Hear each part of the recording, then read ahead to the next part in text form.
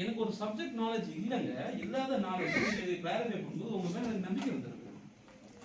உங்க மேல நம்பிக்கை வந்ததுனால உங்க ப்ராடக்ட் மேல எனக்கு சந்தேகம் வரல. நான் உங்ககிட்ட பிசினஸ் பண்ண ரெடி. அவ்வளோ சரிங்களா? இப்போ இதுல இருந்து நம்ம கொஞ்சம் கொஞ்சமாக பிரேக் டவுன் பண்ணலாம். இப்போ உங்களுடைய டார்கெட் மார்க்கெட் இங்கே தான் ரொம்ப முக்கியமான விஷயம். இப்போ உங்களுடைய டார்கெட் மார்க்கெட் சிவகாசி மட்டும்தான் அப்படின்னா நீங்கள் திருப்பூரை பற்றி கண்ணன் எழுதி என்ன பண்ண போறீங்க?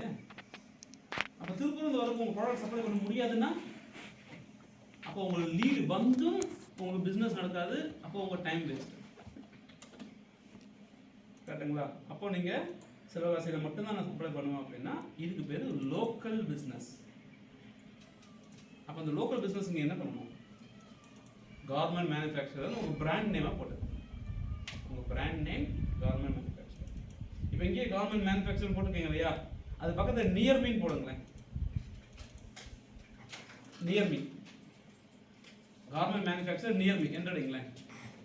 எப்போ நீங்கள் இந்த நியர்மிங்கிற வார்த்தையை சேர்த்து பயன்படுத்துறீங்களோ அப்போவே கூகுளுக்கு ரொம்ப நல்லா தெரியும் நீங்கள் பக்கத்தில் உள்ள சர்வீஸை தேடுறீங்க அப்படின்னு.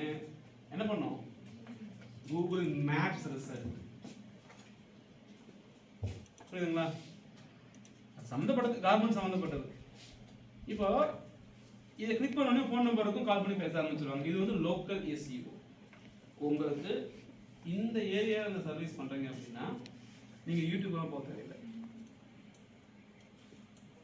உங்களுக்கு கூகுள் மை பிஸ்னஸ் லிஸ்டிங்கை கிரியேட் பண்ணாலும் ஆட்டோமேட்டிக்காக கூகுளுடைய அல்காரிதம் எப்படி இருக்கு, யாராச்சும் ஊர் பேர் போட்டாலோ நியர்மின் போட்டாலோ நாங்கள் ஃபர்ஸ்ட் 3 ரிசல்ட்ஸில் மேப் தான் காட்டுவோம் அப்படின்னு ஒரு சிஸ்டம் வச்சிருக்கோம்.